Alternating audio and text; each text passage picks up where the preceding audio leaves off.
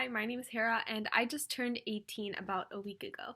Every year on my birthday, I like to write down the things that I learned that year.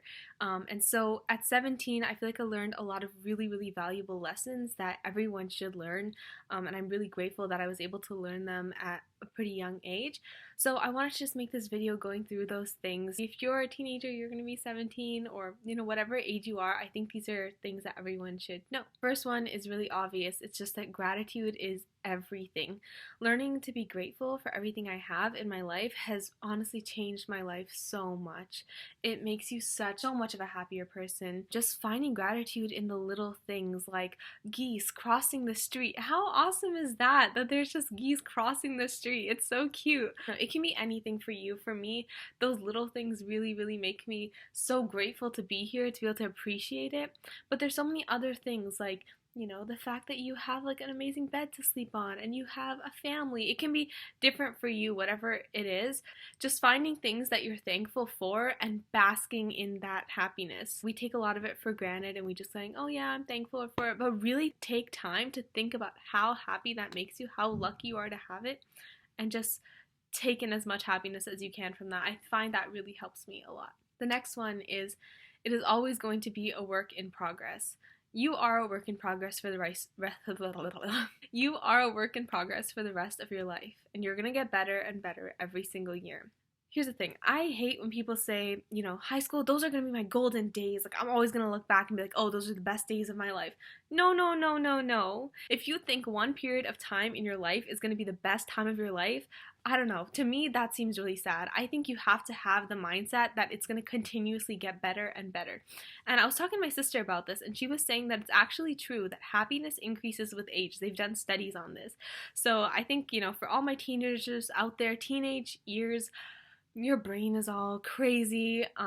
It's just all over the place. Keep in mind, hang in there, that you're gonna get happier every single year. Maybe your experiences will become different. In high school, you're doing a lot of fun things, going out with friends, having all those like interesting experiences, and everything's new. But as you go on with age, you might have different experiences, and that's fine because they will still bring you happiness. You are gonna change, right? And that's totally okay. The third one is you need to be your own best friend. You are the only person who is with you from the day you're born to the day you die. You are always there. We spend a lot of time getting to know other people, but sometimes we don't spend enough time getting to know ourselves. So something I've been doing recently is just trying to write things down about myself, trying to understand myself a little bit better. What are my hobbies? What do I like? What do I dislike? And get to know yourself and talk to yourself sometimes as if you're your friend, I think a lot of the time we say really horrible things to ourselves, but these are things that we would never say to one of our friends. Like if I tell my friend, oh, I feel like I'm so ugly or something like that, they'd be like, what are you talking about? No. Most of the time, they do mean the things that they're saying when they're trying to console you. So try to think of it from that perspective and say things like that to yourself too. A lot of time you're being dramatic, or not dramatic, but what you're saying isn't true.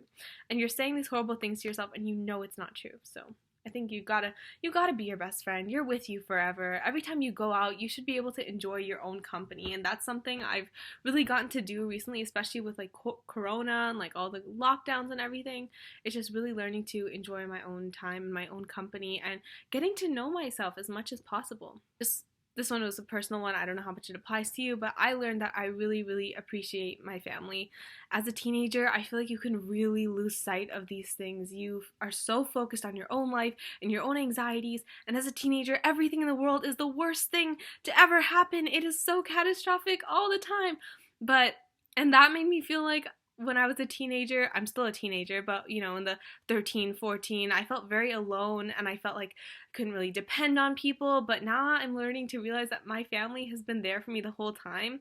And even though there were times where I thought they weren't, it was just me. It was my own perception and my own perspective of everything around me. The next one, this one hits me so hard, and I'm still trying to really learn this. It is that it is okay to be average. Let me say it again. It is okay to be average. I don't know if this is something that is like a universal experience with everyone, but with me, I have always had this notion that I need to be the best at every single thing I do. And if I'm not the best, then I'm worthless. There's no point in me existing. There is no point. I should not be here. I should not be doing anything if I'm not the best at every single thing I do. No, this is so wrong. This is so not the way that it should be. And I think this happens to a lot of us because, we grow up and our parents are like, you are so special, you're so special. I heard that so much when I was growing up, and it's amazing to have such a supportive, family and friends. But I took it way too literally, and I was like, yes, I am so special. I cannot be ordinary. I have to be extraordinary in everything I do. And then when I went to high school, I really developed this sense of like perfectionism combined with this need to be the best at everything and just be extraordinary and be different. It was such a horrible combination. I feel like I'm finally learning that. It is okay to just exist. It is okay to just be a person living a normal life. It's okay to have an average job and an average life as long as you're happy, And I guess maybe for some people, they don't care about being happy. Maybe success is something that they define as more important.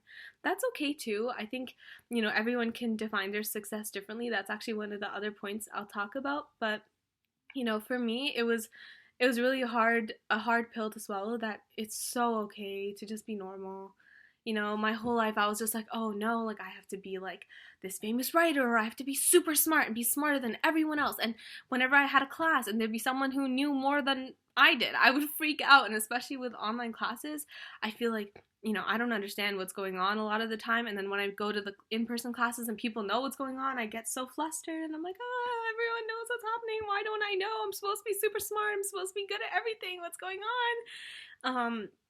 So yeah, I think that is a really, really important thing to know. It's so okay to be average and to live a normal life, and you don't need to be famous. I think being famous too is something I always expected. I always thought, I'm special. I'm special, so I should be famous. I deserve to be famous. I'm gonna be famous. But then I was like, why? Why do I want to be? What am I going to do with that? Why can't I just exist and go to university and meet people and build relationships with different people in my life? That's more of what I want, right? I don't know. That's something I still am trying to really instill in my mind. Okay, the next one is life is hard and you will fall a million times, but that is so okay. It's so okay to fail again and again and again because what I realize is our perception of things is so narrow and so small that there are a lot of the things that happen to us, they have a greater impact that we just don't know about. Like I can think of just a really insignificant small examples when I didn't get on one of my my school council for second year, and I cried. I literally cried about it because back to this notion of I need to be the best at everything. I literally cried about it, and actually losing that opened me up to so many other opportunities that actually changed me as a person and made me kind of delve more into who I am. After that, I signed up for different leadership opportunities, and I got like way better positions that I actually loved and learned a lot from. And I learned about myself and how I like to work and how I prefer to be in like a leadership position. And so, at that time, I didn't know. How would I know at that time? It took months and a year, I guess, for me to see these positive impacts of that failure. So I'm just saying, in general, don't take these failures so seriously. It's okay. It's okay to fail. You're gonna fail. It's inevitable. You are gonna fail so many times in your life. It's fine. What matters more is how you react to these failures and how you use them to grow. It doesn't matter if you fail. It's okay. Next one is you have to practice at who you want to be. There's a lot of books on this about how to instill habits and how it takes I don't know, it froze me there. But anyways, I was saying there's lots of books about that, about how it takes time for a habit to be built and different things like that. And that is very true. It takes time. I think even for me, I was a pretty unhappy person as a teenager for a while there.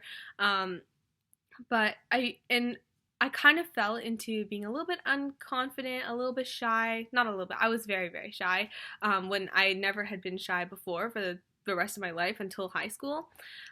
So it took a while for me to keep faking it until I actually felt the way that I feel now. I feel so confident now and I feel so happy now, but it took time. It wasn't just a, oh, okay, I'm happy now, I'm living my best life now. No, it literally took a lot of time and a lot of routine to build that. And when I say time, it doesn't mean a lot of effort. It doesn't. It just means time, as in, like, you have to do it consistently for a while until you start to see the effects, until you start to actually believe it. The next one is no one will ever understand you the way that you understand yourself. I had this problem because I would often overthink my friendships, and specifically, I would consider, is it worthwhile for me to be friends with this person if they don't know me inside and out? My sister and I are really, really close, and I feel like when I talk to her, she just understands what I'm gonna say. I don't really have to explain myself. I can say something that maybe would sound bad to someone else, but she would understand where I'm coming from or what it actually means and my intentions with that. So because we're so close, I would expect all my friendships to be like that too. That, they should get me. They should get me. I shouldn't have to explain myself. And I have one or two friends who really, really, really get me like that, and I appreciate them so much. But the truth is, that's not gonna happen a lot. Even those friends, they don't understand me 100%, and that's normal because you're the only person who's actually inside of your head. No one else is going to understand you inside and out, and a lot of other people's perceptions are based on their perceptions of the world, which is another point we'll talk about later. The next one is you get to choose how you define your success. This one, oh my god, nobody else, whether it's a career, how happy you are, how much money you make, whatever it is, whatever you want that makes you happy, you get to choose. No one else is saying, this is your success. This is what will make you successful. This is what will make you successful. Keep in mind that no one else gets to define your idea of success. It's totally up to you. The next one is kind of simple. It's just exercise makes you feel really good.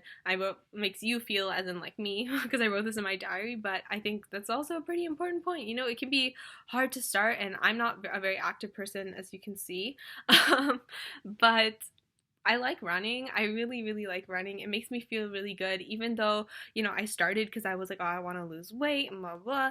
But now I actually really enjoy it. It's really therapeutic. It makes me feel really, really, really, really happy and really good. It's really hard to start sometimes, and sometimes, even the first 5 minutes you're dying a little bit, but then it starts to feel so good. And that's just something I learned this year that I want to, remind myself of to keep doing in the future. The next one is, to progress, you have to forgive yourself for what mistakes you've already made. I don't know if I need to explain that. I feel like that's just, it's hard to grow if you keep holding on to everything you've ever done, every mistake you've ever made, everything you've ever said. It's so hard to grow if you're constantly holding on to that and regretting it and feeling this guilt for it. You just have to let it go. You just have to. I don't think there's any other way, because if you don't, it's really, really, really hard to progress as a person and keep improving and becoming happier and better and the best version of yourself. It's hard if you're constantly holding on to the worst parts of yourself. Next one is, if someone doesn't want you, let them go. It is more than okay to let people come into your life for a certain period of time and then leave. This one was also tricky for me because I think growing up I also had like a little thing with friendships, and I always kind of depended on my friends a little bit too much, or I expected a little bit too much from them. Not so much anymore, more of like elementary school, which elementary school friends, like, come on. But it is so okay. And the girl who actually told me this, she told me this I think when we were 16 and we were friends, and I had another friend who I thought me and him were gonna stop being friends, and I told her about it, and she said, it's okay for people to just come into your life for a certain amount of time and leave. And the funny thing is that now she and I aren't really friends, and I would kind of be a little bit upset about that, because we didn't really have a falling out. We just kind of grew up in different ways, and we changed a little bit over like the last couple of years. And it's weird that, she came into my life and she delivered that piece of advice that actually ended up applying to her, which is interesting.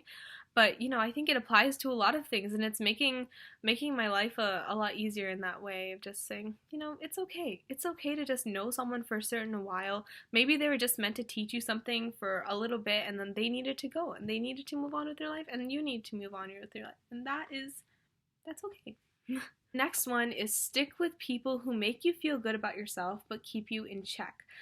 This kind of also applies to the same girl, because even after we stopped being friends, I was kind of like, trying to hang out with her and stuff like that. And when we did, I noticed that when I was leaving, I would feel really bad about myself. And it wasn't that she said anything explicitly, so I tried to think about this. I was like, what is the reason? Why am I feeling this way? So, if there's someone you're around who makes you feel bad about yourself, I think you should first try to figure out why. Why are they making you feel this way? Is it your jealousy? Is it something that they do to you? Or is it something that is entirely out of your control? Or is it something you do, right? Because that could totally be on your side and there could be nothing from them. In this case, I realized that it was something out of both of our control. It wasn't that I was jealous of her in any way. It was just kind of the tone she would take with me.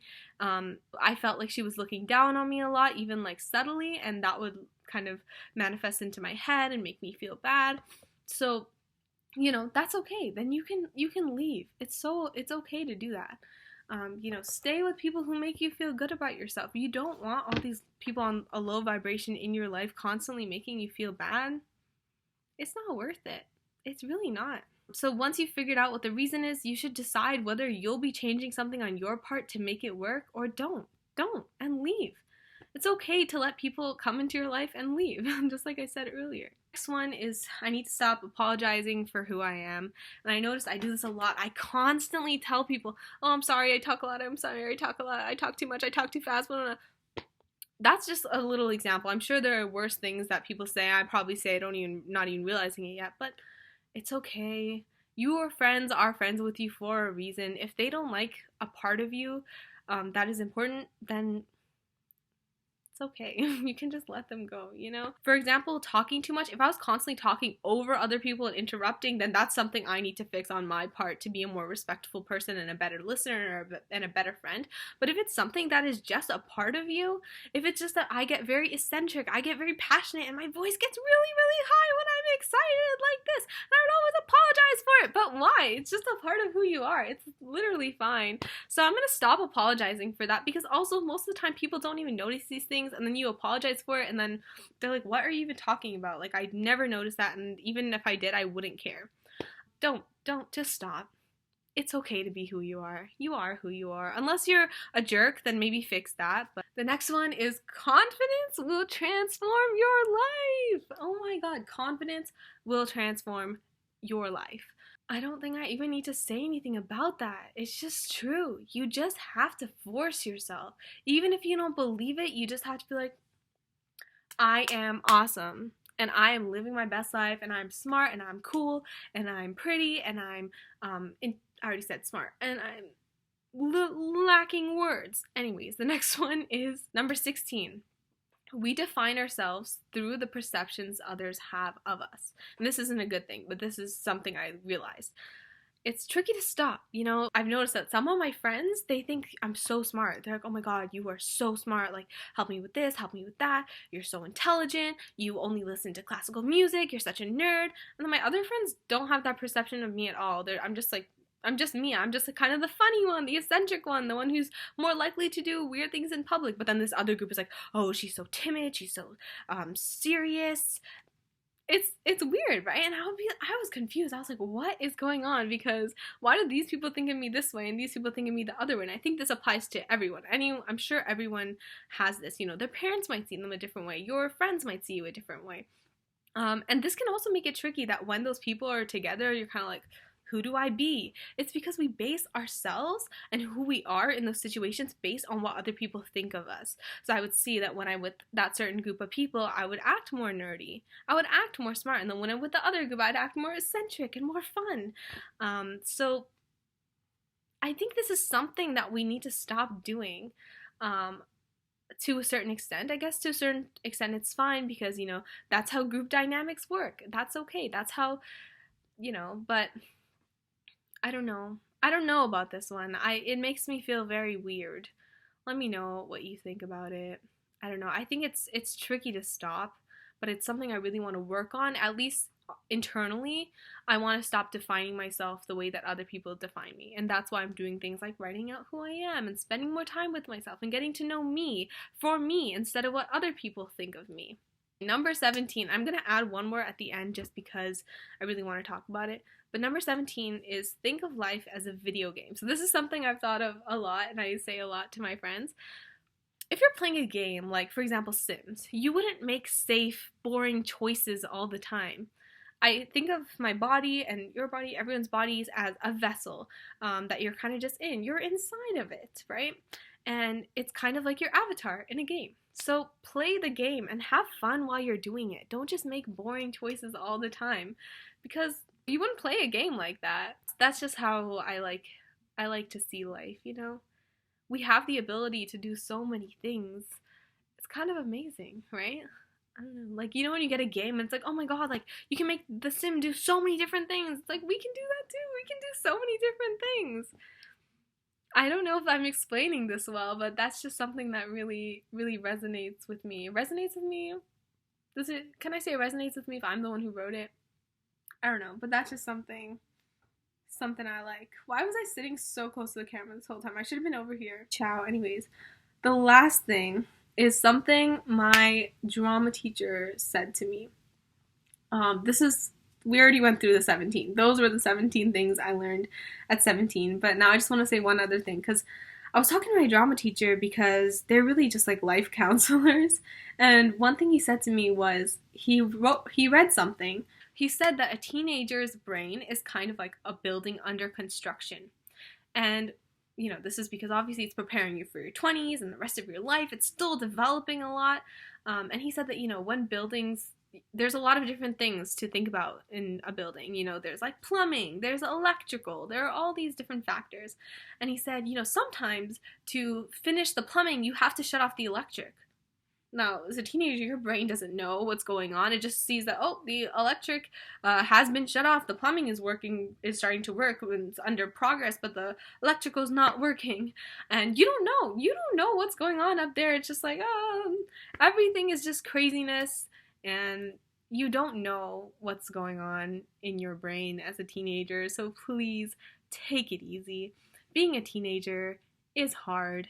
I think it was hard, and I feel like, though I'm still 18, I feel like I'm very, very much on the other end of it, and I'm very much moving on with my life and growing from it, because, you know, I think the worst was like 13, 14, 15, 16, 17, all of them except for now.